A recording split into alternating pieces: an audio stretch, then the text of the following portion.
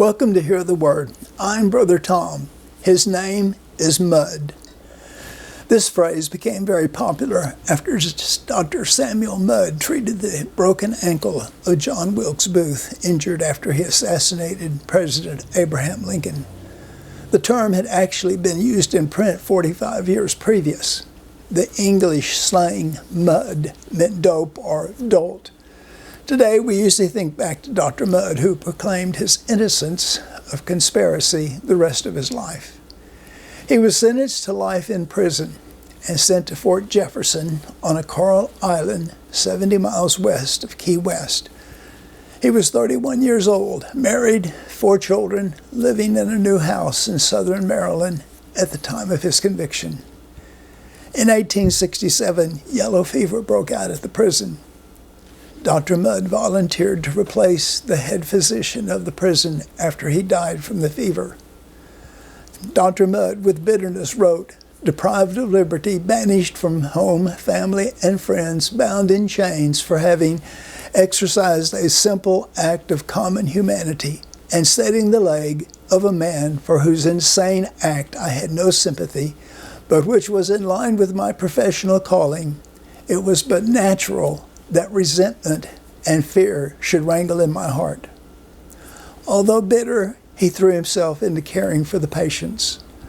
One change that he instituted was new clothes and clean bed linen for a patient being moved into a bed where someone had died. His dedicated service earned him respect from prisoners and guards. Eventually, he was pardoned and returned home. His name is Mudd. This reminds me of someone else who was convicted and wrongly executed for a crime. His name is Jesus. Perhaps Dr. Mudd was innocent of the crime. I don't know. But I do know Jesus was innocent.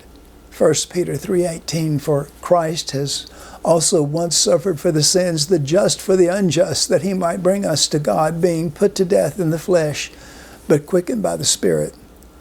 Although Jesus never committed a sin, he was betrayed by a friend, found guilty by an illegal court, beaten to near death, and executed on a cross. Yet he was innocent.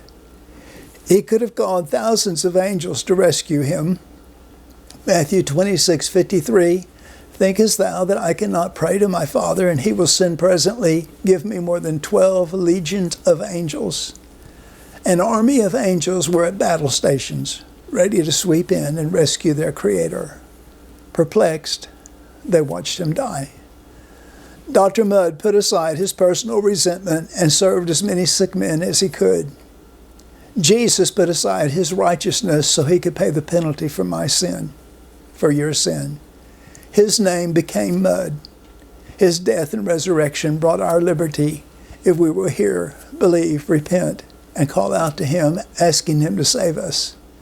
Your name is Mudd until you repent. Will you go to your grave as Mudd, or will you go to glory with the name redeemed?